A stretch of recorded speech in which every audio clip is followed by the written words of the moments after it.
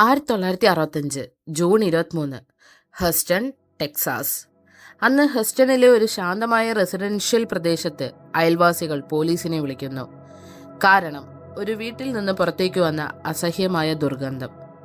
ആ വീട് റോജേഴ്സ് കുടുംബത്തിൻ്റെതായിരുന്നു. എന്താണ് ആ കുടുംബത്തിന് സംഭവിച്ചത്?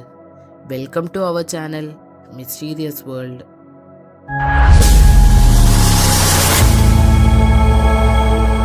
പോലീസ് വീട് തുറന്ന് അകത്തേക്ക് കടക്കുന്നു. വീട് മുഴുവനും നിശബ്ദമായിരുന്നു. ലിവിംഗ് റൂം, ബെഡ്റൂം, എവിടെയും ആരെയും തന്നെ കാണുന്നില്ല. അങ്ങനെ അവർ പരിശോധനയിൽ അടുക്കളയിൽ എത്തിച്ചേരുന്നു. അവിടെ നിന്നും അമേരിക്കൻ ചരിത്രത്തിലെ ഏറ്റവും ഭീകരമായ രഹസ്യം അവർ പുറത്തു കൊണ്ടുവരുന്നു.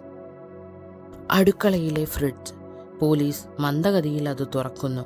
അടുത്ത നിമിഷം അവർ ഞെട്ടിപ്പോകുന്നു ആ കാഴ്ച കണ്ട്. മനുഷ്യ ശരീരം മുറിച്ച് കഷ്ണങ്ങളാക്കി ആ ഫ്രിഡ്ജിനുള്ളിൽ സൂക്ഷിച്ചിരിക്കുന്നു. ഫ്രിഡ്ജിനുള്ളിൽ ഉണ്ടായിരുന്നത് ആ വീട്ടിലെ വൃദ്ധ ദമ്പതികളുടെ ശരീരങ്ങളായിരുന്നു. Fred റോജേഴ്സും Edwina റോജേഴ്സും. അന്നു മുതൽ ഈ കേസ് ഐസ്ബോക്സ് മർഡർ എന്ന പേരിൽ അറിയപ്പെടാൻ തുടങ്ങി. ആരാണ് ഈ കുറ്റകൃത്യം ചെയ്തത്? ഉത്തരം കണ്ടെത്താൻ പോലീസ് തിരിഞ്ഞു നോക്കിയത് വീട്ടിലെ ഏക അംഗത്തെയാണ്, ചാൾസ് ഫെഡറിക് റോജേഴ്സ്. ചാൾസ് ഒരു സാധാരണ മനുഷ്യനായിരുന്നില്ല. അദ്ദേഹം ഒരു ശാസ്ത്രജ്ഞനും രണ്ടാം ലോക മഹായുദ്ധത്തിൽ US നേവി പൈലറ്റുമായിരുന്നു.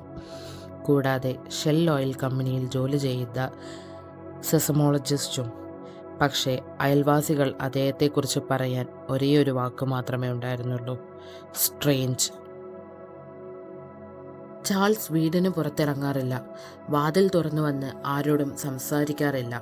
ചിലപ്പോൾ വാതിലിൻ്റെ കീഴിലൂടെ ചെറിയ കുറിപ്പുകൾ മാത്രം. അദ്ദേഹം മാതാപിതാക്കളുടെ കൂടെ തന്നെയായിരുന്നു താമസിച്ചിരുന്നത്. അന്വേഷണം മുന്നോട്ട് പോയപ്പോൾ ഭീകരമായ സത്യങ്ങൾ പുറത്തു വന്നു. അച്ഛനായ ഫ്രെഡിനെ ചാൾസ് ക്രൂരമായി മർദ്ദിച്ചു കൊല്ലുകയും അമ്മ എഡ്വിനയെ വെടിവെച്ച് കൊന്നതിനു ശേഷം ശരീരങ്ങൾ കഷ്ണങ്ങളാക്കി ഫ്രിഡ്ജിൽ ഒളിപ്പിച്ചു. പക്ഷേ കൊലപാതകം നടന്ന ദിവസം മുതൽ ചാൾസ് റോജേഴ്സ് കാണാതെയായി.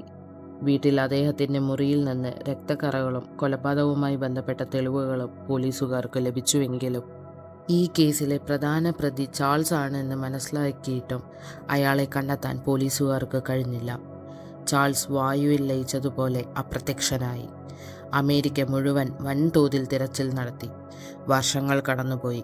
എന്നിട്ടും ചാൾസ് റോജേഴ്സിനെ കുറിച്ച് ഒരു വിവരവും ലഭിച്ചില്ല. 1975 ഒരു തീരുമാനം പുറത്തു വരുന്നു.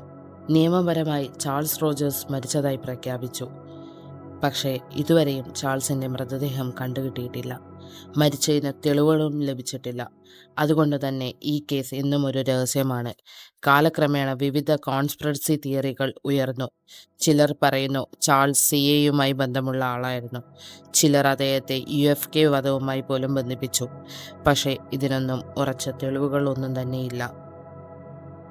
ഇന്ന് ഐസ്ബോക്സ് മർഡർ അമേരിക്കയിലെ ഏറ്റവും ഭീകരവും തീരാത്തതുമായ കുറ്റകൃത്യങ്ങളിൽ ഒന്നാണ്.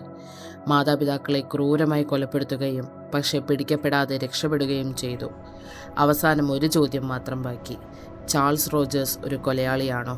അല്ലെങ്കിൽ ഈ കഥയിൽ നമുക്ക് അറിയാത്ത മറ്റൊരു സത്യമുണ്ടോ? നിങ്ങളുടെ വിലയേറിയ അഭിപ്രായങ്ങൾ കമൻറ്റിലൂടെ അറിയിക്കുക. വീഡിയോ ഇഷ്ടമായ ലൈക്കും ഷെയറും ചെയ്യുക. മറ്റൊരു വീഡിയോയുമായി കാണുന്നതുവരെ ബൈ ഫ്രം മിസ്റ്റീരിയസ് വേൾഡ്.